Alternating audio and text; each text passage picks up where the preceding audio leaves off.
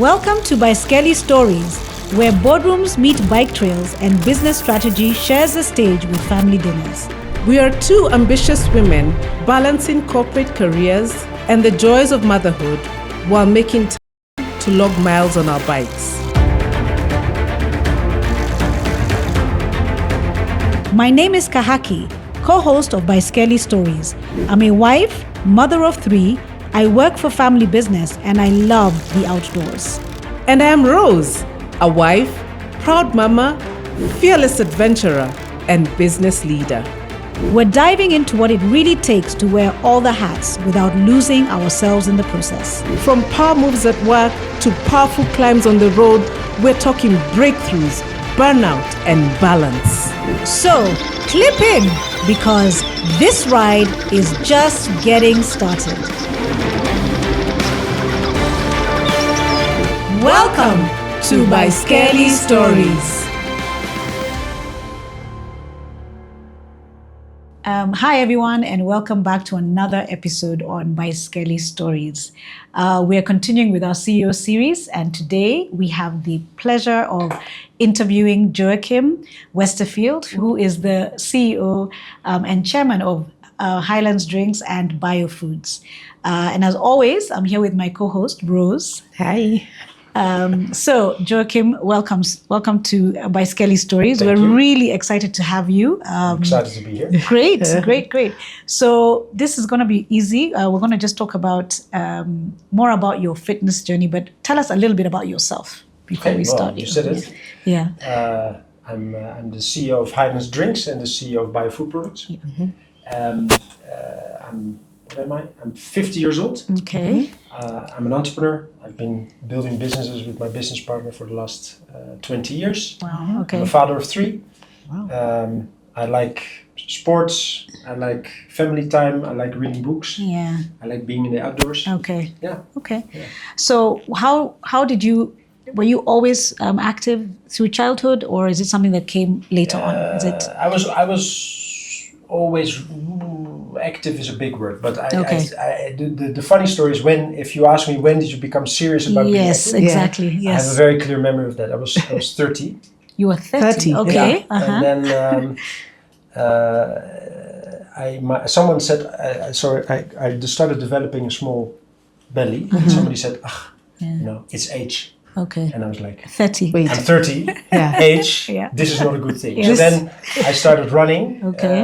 and from running, I started doing other sports. Then I went into the gym, so it started when I was 30, and then incrementally more and more. Okay. So what sport is it that you enjoy most out of the things that you do? So you said you run. I enjoy a lot of things. Okay. So for me, I enjoy going to the gym. I enjoy running. I enjoy cycling. I've learned slowly to enjoy swimming. I'm not a very good swimmer. Okay. And I just enjoy doing the different Various things. Yeah. Okay. So you have a variety of exercises. So when I was young, I played badminton, I played tennis, and I played a lot of squash. Okay. But now I enjoy more the endurance. Okay. Endurance. Okay. Great. I think that's our space. That's That's why we're here, right? That's how we know each other. Yes, exactly. Yeah. That's true. True. And for you, being a busy CEO, how do you find time to do these other, your sports and the things that make you happy? Well, it's not difficult. I think life is about choices. Right. And I think many people try to be everything to everybody and everything to themselves, and you end up being nothing to nobody. Yeah. And you just end up feeling that you're shortchanging every part of your life. Right? So for me, I've set some very clear priorities. Number 1 is my family. Number 2 is building the businesses and the people that work in our business. And number 3, I know that sports and fitness is very important to me. So I make sure that I organize my life about being able to be there for my family and enjoy and be there with them.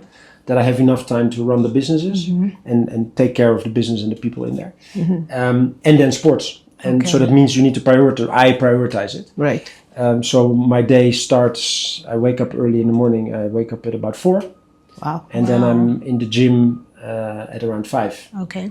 And then I'm out of the gym by, say, 6:20. And then go home, have breakfast, and the day starts. So just make it a priority. And you make sure you do it in the morning so that I love it in the morning because for me it's really, my son and I do a lot of sports together, and my wife, my son and I. And for me, it's the feeling once you have that out of the way, you've already started your day with a win. You know, you feel good about yourself. That's true. You have your exercise and you feel fit and refreshed. Your mind is clear. Yeah. While in the afternoon, at the end of the day, I just want to go home and I want to be at home and chill and have a conversation with the kids and with my wife and just enjoy the evening.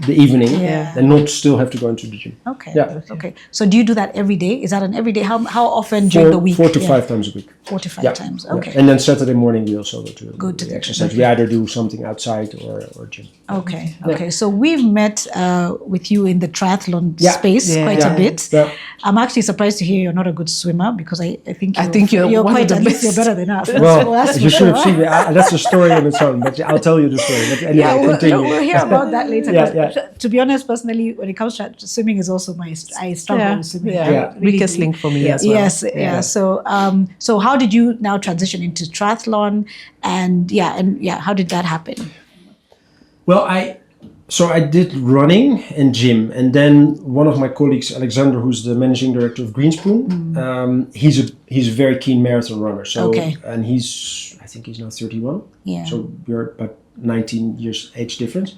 So I started running with him a couple of years back. So then I went from 10 kilometers to 16 kilometers to 21 kilometers. I started running a half a marathon. Wow. Then I did a full marathon. Then I did an ultra marathon, a 50 kilometer run. Wow. And from that I started, I can enjoy this endurance. Yeah. And then I tried, I think the first one was the Khalifi triathlon. And I struggled with that swimming. And because, sidestep, but interesting story. I come from the Netherlands. And in the Netherlands, about 30% of our country is made out of water. So we have a lot of water. And when you're young, that means there's also a lot of opportunity to drown. Okay. Wow. Right? Okay. Yes. When you're young. So we teach our children not to swim, but we teach them not to drown. Oh. You get it? Yeah. And so in Kenyan schools or in English schools, we teach children to swim to swim fast and do competition. In the Netherlands, everything is first and foremost focused. If you drop in with your clothes on, how do you keep alive? So one of the things that I've learned when I was like 9 or 7 was you literally had to come to the swimming pool with your fully clothes clothed, on, jump in and be able to stay afloat for 2 minutes and then you would pass to the next level. So I learned how not to drown, but I never learned how to swim. So my first triathlon, I thought I was gonna die. I ended up doing like breaststroke because I just couldn't do freestyle. And that combined with something else that a couple of years back I told myself I want to do every year. I want to learn something that I'm not comfortable in, because I believe if you look for that which is not comfortable, that's where learning takes place. Exactly. So I said to myself, fine, I'm struggling with swimming. I actually hate it. So I have to learn it. And that's when I started getting into, and I thought, okay, then it's a good jumping board to go into triathlon. Because you're already doing running. I was already doing running. I mean, in the Netherlands we cycle, so cycling was not that hard for me. So I said, this is a good challenge. And then once I got into it, I started enjoying it. Awesome. So since your first triathlon, how many have you done so far? Not so many? 10 or something. All in Kenya, or you've? All in Kenya. Okay. Yeah. Do you have a goal? Like, do you intend to do the Ironman or half Ironman? Is that something that you think about it? If I say that I want to do an Ironman, I come home and my wife will put me in the doghouse. She said, "You said it. Here it is." There's many things that. No, I think for now I just enjoy. I enjoy the challenge. And I enjoy being fit, and I enjoy the whole experience. You're not looking at this to point. do I'm those. not hung up on any nice targets. No. Yeah, I like that. Just doing it, and getting a little bit better every time. So you mentioned that you work out with your wife or your son, that is, and I think your wife joins you at some point. So is that a family thing? Is that something? People, it's very interesting. So my wife and I, we are both very fit. So we love, we always go to the gym together. And we cycle together. She actually was the number 2 in the last triathlon. She was. And she's extremely competitive. So when she does something, she will go up there. She will go. She'll go through push anything. And my son is really enjoy. We started running together, and he really enjoys it. and some people say, how is it possible? He's 17 years old, that a 70-year-old boy or young man goes with his father at 5 o'clock in the morning to the gym. There must be some coercion there. Yeah. I can guarantee you there's none. He wakes up on It's his totally own. voluntary. Wow. especially nice. a teenager. I know, Usually- at 17. No, he Getting loves the it. love, their Teenagers out. sleep. No, Yeah. he loves it, and it's Okay. it's great just to hang out and spend Yeah. some time together. Yeah. And, it's just it's I wouldn't say it's a forced family thing. It's just 3 people has that happened. have the Yeah. same mindset Yeah. and enjoy each other's company. Even when I'm not there, when I'm traveling, my wife and Chaim, they go together to the gym as well. Yeah. We have a lot of fun. It's just Okay. something we all enjoy doing, but it's Yeah. totally there's no it's not an obligation. It's something Yeah. we like to do. Okay. Is that before school for him?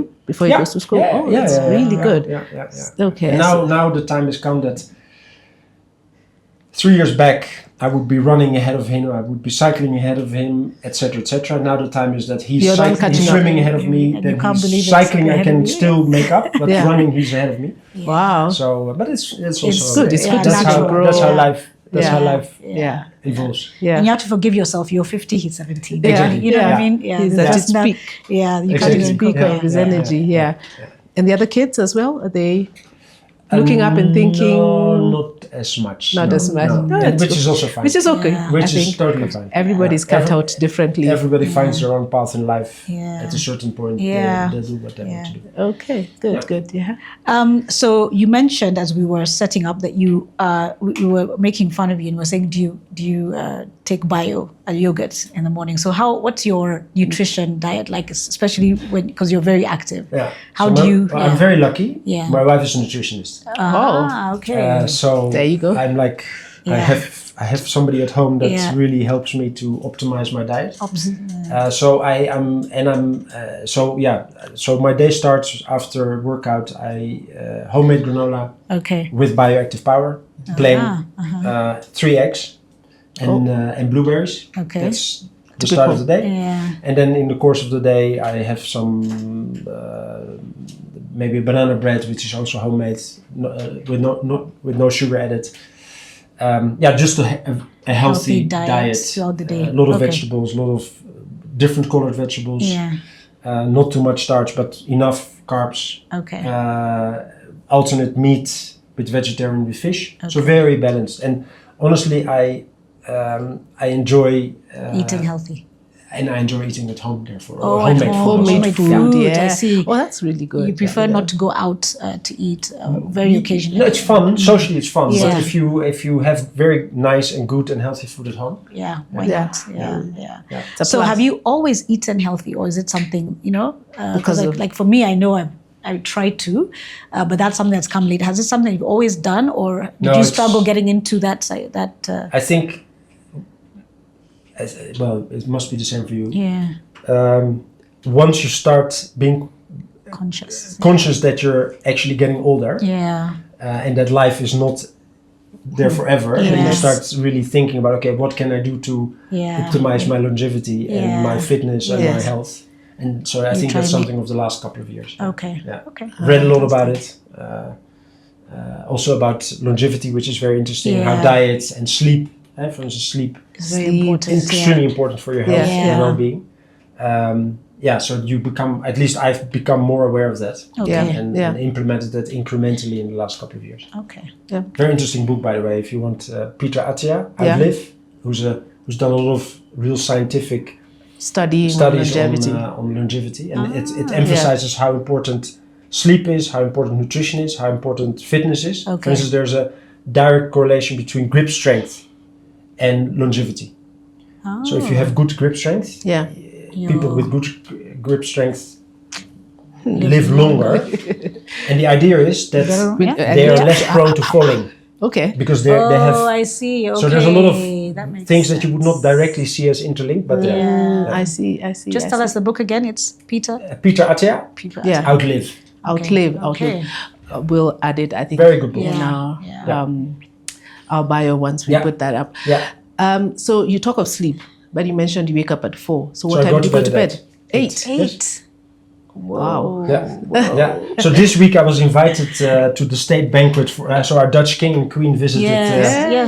Visited Kenya, and I was a guest during the state banquet that the president hosted for the king, and that was late, and I don't like that. Okay. Then my whole schedule is messed up. So I go to bed at 8:30. Yeah. Wow. Which means if you have a late night like that, you're also you're there, but you're tired because your body's used to being right there. You start getting like you start shutting down. So by 9, if like by 9:30, then you're like So I'm a real morning person. No late night parties for Joachim. Well, every now and then. Every I mean, you should. I think also you shouldn't be too. You shouldn't be too rigid.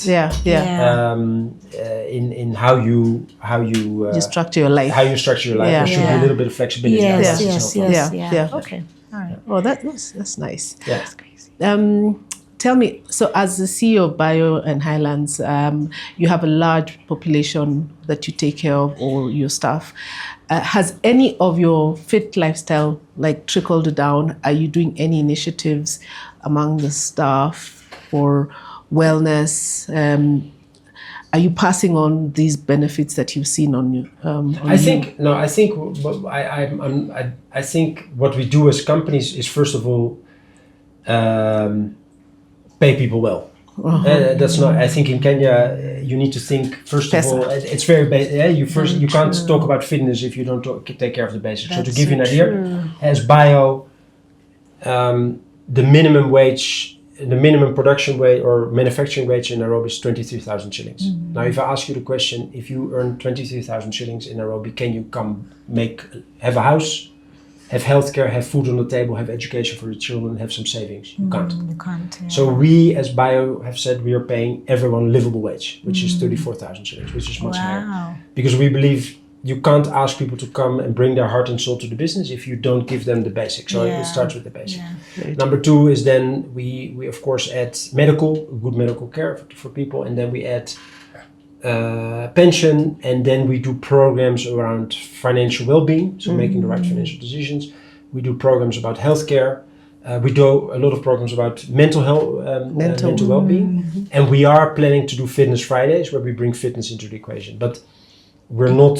I think you have to start with the basics. You have to start with the basics. That makes sense. Focus on the fundamentals and then build. And then build up. It makes sense. Yeah. It makes sense. Because also you can't ask people to go to the gym and and you haven't taken care of that's not enough. Yeah. And I think many people. I mean, let's face we are privileged that we can do all these things, that we can think that's important, and we can make investments in that. Yeah. Many people have different worries. Yeah. True. It's not on their. I think it's very important to make sure that we focus on the fundamentals and make sure we build it up. Yeah. But definitely we are very focused on the well-being of our people. Yeah. So you've said you're not doing any crazy things. At least you're not talking about Ironmans or that kind of thing. Well, what does the older version of Joachim look like? Well, never say never, right? Okay. This is a phase. I think everything in life has phases. If you can't be everything at the same time. So, and I think. And to be very honest, we live in a very challenging time frame. Yeah. So running a couple of businesses and being involved in the boards of many businesses in Kenya, I mean, the last 24 months and probably the next 24 months, you need to have your full brain, eyes, ears focused. Yeah. So that's not the time to set yourself a lot of big other goals. Big goals, But definitely there will come a time when I want to run another ultra, or one of my wishes is to do Mount Kenya one day up and down. Again, I'm in the doghouse when my wife is. She absolutely has forbidden me, but I keep on. It's somewhere. It's somewhere in my heart. Okay. So definitely there will be challenges or things that I want to take on. But for me, fitness is first and foremost something that helps me to remain sane and to have a body that can sustain the program and the pressure that I'm in, because running all this business there's pressure, and I see myself doing that long term because it just makes me feel very good. So the older Joachim, I think, is still my grandfather was rowing until he was in his 70s. My grandmother played golf until she was in her 90s. So wow! I hope that's in a position that I can keep on doing that. Okay. For me, exercise is not something that is an obligation. It is something that I intrinsically feel very good doing. There's every now and then a day that you wake up and think, oh, really? Yeah. And then I just ask myself the question, how will I feel once I've done it? The why. And that's always the why. Yeah. That's always the push, makes it easier to get up. go over the hill. Yeah. So you've just mentioned, it makes you feel good, especially because of the pressure you're under. So if you're talking to other people in your similar roles, how would you encourage them to take this kind of lifestyle up? Because I think it's very tricky, because I think I think many important decisions in life need to come from within. Yeah. And everybody's on their own journey. And therefore it's very hard, and what is right for you might not be right for me, and vice versa, right? So I think people see the way I operate, they see the energy that I have, they see where I am in life, and if that inspires them to do something, go on their own journey, I'm very happy. Right. Yeah. I'm not the kind of person that's going to say everybody should do this. I intrinsically believe that doing some form of exercise is important, because that's scientifically proven. I believe that eating well is important. Yeah. I believe that not being overweight is scientifically proven is the best way to have a long and healthy life. Right. But I'm not going to be the one that's going to be like, oh, you have to do this. This is everybody's on their own. Yeah. But ultimately, it's important, and it has benefited you in your greatly. role to be. For me, let it be clear. I cannot function. I could not do what the roles that I fulfill today without exercise. I don't think I could have the energy. Joachim, it's been great. Really great. We're already done. Talking to you. We're just getting going. What a short podcast is it? Very short. But if you're up to one more question, you mentioned Mount Kenya. I want to ask, are you a hiker as well? Yeah. Okay. Yeah. So where have you hiked? Hiking. I've done Mount Kenya 3 times. I've done Mount Meru. To Lenana summit. Yeah, Lenana. Okay. Yeah. I don't like climbing. So you won't do Batian? You don't do Batian, no. Okay. That's the whatever. Yeah. Rock. Well, maybe I should, because I said that what you're afraid of, or where you're uncomfortable, that's where you learn. I'm not too keen on these ropes. But Lenana I've done 3 times. Mount Meru a couple of times. Elephant Hill. Okay. And the trails, most of the trails around. Yeah, and trail running. I also love trail running. There used to be, like a couple of years back, a lot of trail running being organized in Tigoni and around Kenya. But that has stopped. But I really love trail running. I think that's a great that's what I loved about the ultra marathon in the Mara also. Because you do the. It's nice to be out and to really explore. It's beautiful. Yeah, I love it. Beautiful. I love it. And for cycling, where do you cycle and when? Because that's a difficult one. So I have for my 50th birthday, I got a Wahoo kicker. Okay, so that's very in the happy house. With that. I do spinning in the house. So spinning at home and in the gym. And then on Sundays, that's the day that you can actually do cycling around Kitsuru. Okay. But the problem with that is that if you want to do proper training, it's very difficult in Nairobi because it's so hilly. Yeah. So you can't really, you're always fighting hills, but you're not like really getting to the motion of just making speed on flat surface areas. Yeah, you should have come with us to Moshis. Yeah, exactly. So long stretches. Long stretches of riding. Exactly. Yeah. We have now really come to the end.